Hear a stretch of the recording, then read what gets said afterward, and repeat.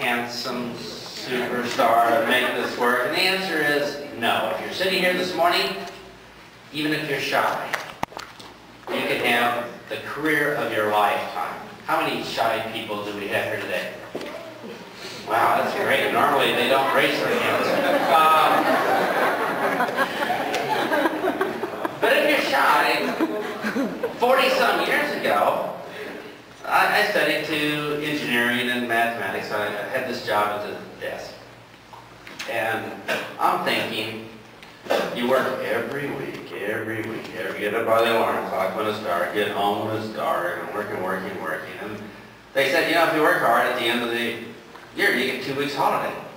I'm thinking, all right, 2 weeks holiday. I could drive to see my mother and father. They live about 500 miles away. Drive back. My life's over. This is going to be my whole life, working here the rest of my life, doing a mindless job, moving paper from one side of the desk to another, no passion for it. Just feel like banging your head on the desk till you're unconscious. And I'm thinking, this is it. And I didn't want that, so I decided to do network marketing. I said, there's got to be something where I can have some free time, so I could do something except wake up when it was dark and get home when it was dark. How many people here have ever had that feeling? So here's what happened. I joined network marketing, and if you change professions, how many people here think you might want to learn something about your new job? It never occurred to me. So I took my engineering skills right into network marketing, which means, everybody here know what an engineer is? Boring people, personality free, charisma bypass, socially challenged, should not be let out in public. So I went out and started talking to people, and it was a disaster, but it wasn't my fault. Nobody taught me how to do networking, right?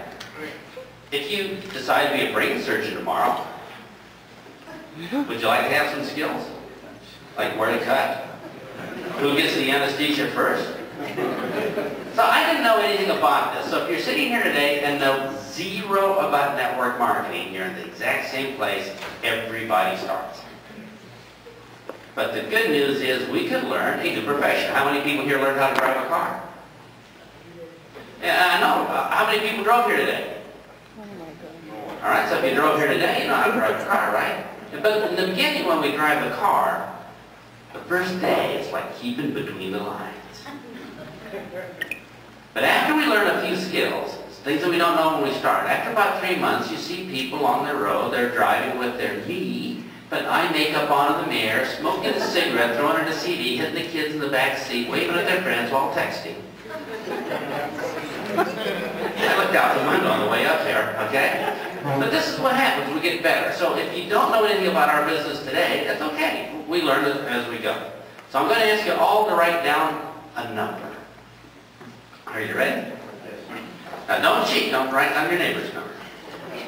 I'm going to ask you to write down how old you are.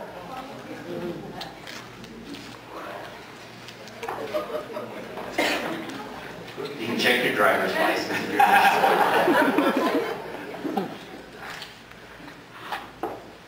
Everybody write down that number? Yes. All right. Well, when I got started, I was 23, so that's my number, 23. And you get to retire at about what age? 65, all right? So if you take 65 and subtract your number, that tells you how many years of work until you retire. So I subtracted, like you're doing right now, and I had 42 years.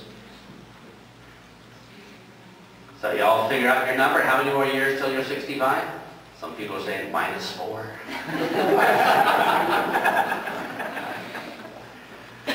Now, if you have that number, in my case it was 42. Some of you have a higher number, lower number. And in a year, you're probably going to work about 300 days. So I multiplied it by 300 days, and I said I have 12,600 more mind-numbing days at this job. 12,600 more times I'm going to wake up by the alarm clock, in the dark, bundle up, go out to this job. That was depressing. Very depressing. Have you all multiplied yours by about 300 to kind of have an idea how many days you have left?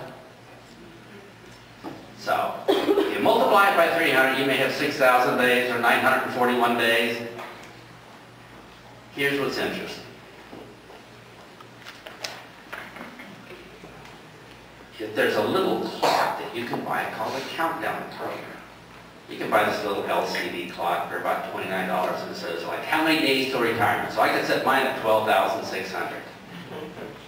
I set my little clock at 12,600 and I can look at it and at the end of one long miserable day, click. Do you know how slow that thing's going to run? That's depressing. You almost want to fall on the sword. And so I'm thinking, man, I want that clock to go faster, but then I realize if it goes faster, then I die. So what's our choice? We can have it go really fast and die really quick? How many people choosing that option? Or we can let it go, click. And then after another long day, click. And lead a long and tortuous life. The solution, of course, is maybe if we can get out of that job that's eating up our lives. How many people here do have a job that interferes with your week? Yeah. So we get rid of this job. We could actually do what you want and enjoy life, and then we don't mind if it just goes click, click, click. So take a look at your number. How many more days do you have to work? And ask yourself, how many of these days do I wish to waste in a job that I have no passion for? How many of my remaining days am I going to spend there helping the boss get a big house for his retirement? How many more days am I going to be waking up and fighting traffic? Oh, you guys don't have traffic here, right? I saw your parking lot called 401, but you don't really have traffic. So how many people here think that maybe, if you had a choice, it might be pretty cool to say, you know, if I didn't have to show up for work every day, life would be a whole lot better? Yeah. So, would you like to know how we can fire the boss? Right. Now, usually in your job, if you don't show up, they have this agreement. They don't pay you. How many people have that agreement? If you work, they pay you. If you don't show up, they don't pay you. So I'm on a cruise ship, and here's a lesson. It's about 15 years ago in Hawaii. I'm up in the top deck where they have all the food. So I'm up there eating away full time. And this old guy comes through about 93 years old. Stumbles through, he has a little tray of food, and he sits right across from me.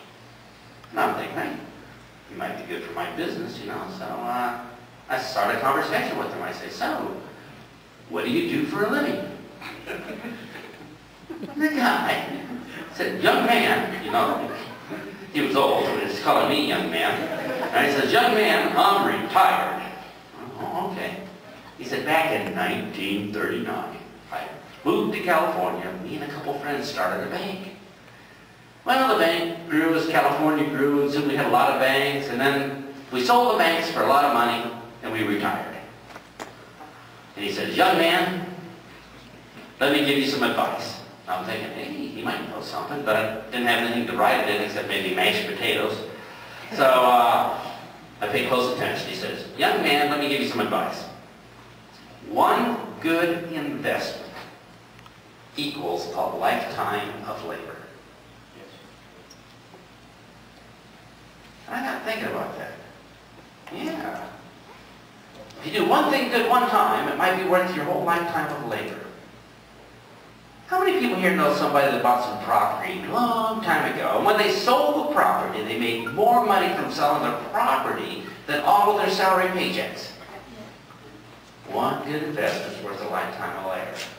Or how many people here know maybe somebody bought some Microsoft stock, you know, back in '82 or something like that, and when they sold it for millions of dollars, they made more money from selling their stock than every paycheck they ever collected. So by a show of hands, how many people here believe that one good investment might be worth a lifetime of labor? Yeah. But the problem is, most people don't have the investment. They say, well, I guess I get a bunch of real estate, but they're going to require some down payment money. I ain't got any money for down payment to buy lots of property, so that's how. And stocks, well, stocks go up and stocks go down. Now, I don't know if I want to risk my life savings. So most people go through life no investment. And if you don't have an investment, then you're sentenced to a lifetime of labor. So how many people here know somebody, because they didn't have an investment, was sentenced to a lifetime of labor almost every day of the rest of their life?